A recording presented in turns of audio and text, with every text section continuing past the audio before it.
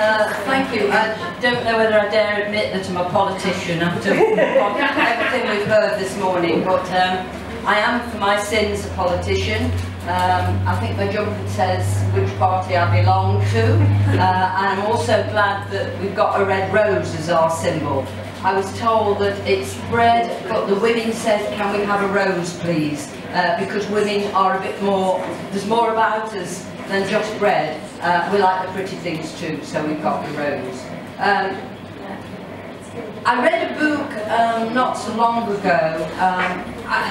Before I embark on this, I ought to say that I'm a coal miner's daughter and proud of it, and a grandfather and many uncles in that. But back in the 1920s, apparently, out of every 1,000 births, 4 or 5 women died in childbirth. In the mining industry, 1.2 men died out of every 1,000. And I think sometimes as women, sometimes we've got to get it in perspective that, you know, we are, someone said this morning, more than 50% of the population. And I don't think we're represented nowhere near 50%, let alone 50% plus. Very often in my role as deputy leader, I go to meetings for leaders and chief execs, and very often there's perhaps just me as a female representative. If I'm lucky, there's 2 or 3. That cannot be right. As much as I love men, I've got 2 sons, they're great, I think they're gorgeous. But it's about time we stood up and were counted. And as I say, 4 out of 5 women every 1,000 died in childbirth, and yet we made more of the miners, and I am proud to be the miner's daughter. What I thought I'd share with you today is, because some of you are politically minded, some of you are not, I thought I'd just share with you my week as a councillor for Stoke-on-Trent.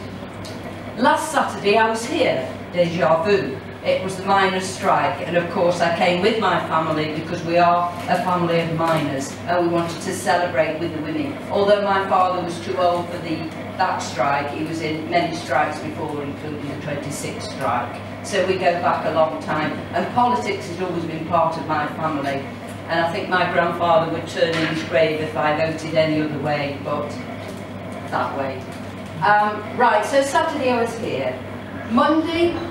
Monday morning I went to Abbey Hill Special School, of which I'm a governor.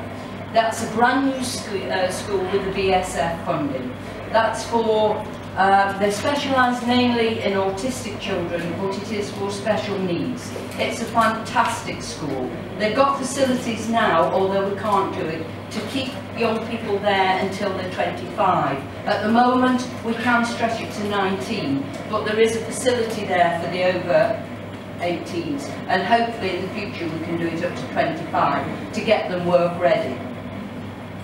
Then after that I went to a residents meeting back in the Abbey, and then we were talking from one extreme to the other.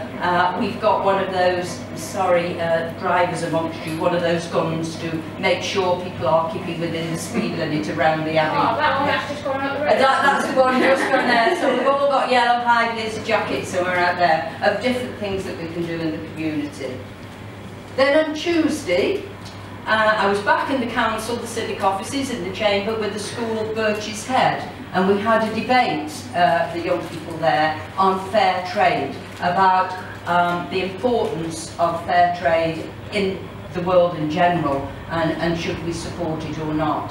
The Lord Mayor was there. We had a fantastic morning, lots and lots of questions from the young people, including asking the Lord Mayor if he lived in a mansion. And because he got all his gold chains, the young people thought he lived in a mansion. We all thought we should be there. So that was Tuesday morning.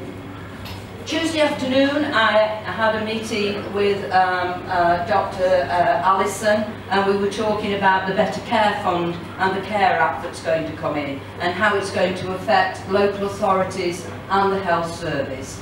It was compared, the National Health is ring fence, and somebody explained it to me as a huge barbed wire fence We have now, somebody's taken the wire cutters and cut a small hole in their funding, and they're letting 5% out to local authorities to do the social care bit. 1 minute. 1 minute, right, I'll hurry up. So that was then Wednesday. We had corporate parenting meeting. That's with all the young children that are in the care of the local authority, fostering and adoption. If anybody's considering fostering, Val, please put your name forward, because we need more foster carers in the city. Thursday I was down in London, meeting there with the LGA, where we had a presentation from Dave Prentice, the leader of the Unison, and that was very interesting. And then we were joined by the other parties, and we were all very subdued then when it was a cross-party meeting. Came back to the city quickly, 5:30, a cabinet meeting. Friday we had a meeting, children and young people, the strategic partnership. That was a very sobering meeting, because we were talking about child exploitation. A big issue at the moment in the light of Rotherham and Oxford, and I don't think Stoke, sorry, it was 1 minute. So that brings me up to today. Thank you very much for inviting me, and I hope some of you, particularly the women, will come into politics and make our voice heard. Thank you.